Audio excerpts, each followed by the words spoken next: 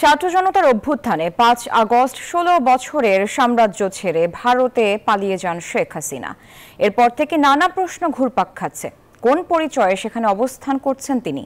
ভবিষ্যতেও কি ভারতেই থাকবেন, নাকি বিচারের মুখোমুখি করতে তাকে ফেরত আনবে বাংলাদেশ? এ নিয়ে কোনো ব্যাখ্যাই দিচ্ছে না প্রতিবেশী দেশ।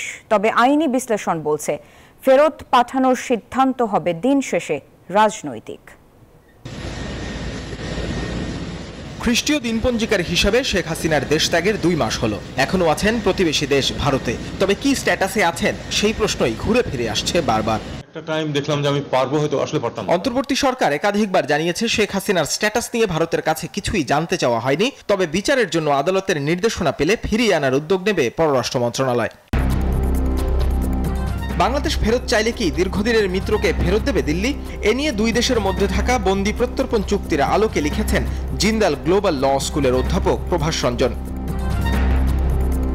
তিনি লিখেছেন, বলবৎ চুক্তিতে শেখ হাসিনাকে ফেরত পাঠানোর আইনি সুযোগ আছে, কারণ এর ১ নম্বর অনুচ্ছেদ বলছে ভারত ও বাংলাদেশের আইনে কেউ ১ বছরের সাজা পাওয়ার মতো অপরাধ করলে বা অভিযুক্ত হলে তাকে ফেরত পাঠাতে হবে। অনুচ্ছেদ ১০-এর ৩-এ বলা হয়েছে, কোনো আদালত গ্রেপ্তারি পরোয়ানা জারি করলেই ফেরত চাইতে পারবে কোনো দেশ। এক্ষেত্রে কোনো প্রমাণ হস্তান্তরের প্রয়োজন নেই।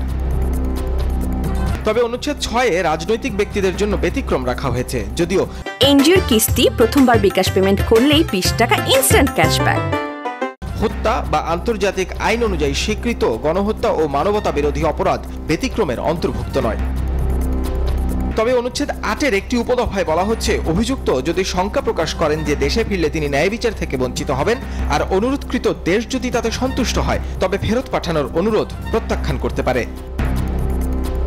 সার্বিক বিবেচনায় প্রভাস রঞ্জন লিখেছেন, শেখ হাসিনাকে ফেরত পাঠানো যতটা না আইনি, তার চেয়ে অনেক বেশি রাজনৈতিক। একাধিক গণমাধ্যমের খবর বলছে, ভারত ছেড়ে মধ্যপ্রাচ্যে যেতে পারেন শেখ হাসিনা। তবে এ নিয়ে দুই দেশের সরকারি কার্যত মুখে কুলুপ এঁটেছে। নাহিদ হোসেন, নিউজ 24, ঢাকা।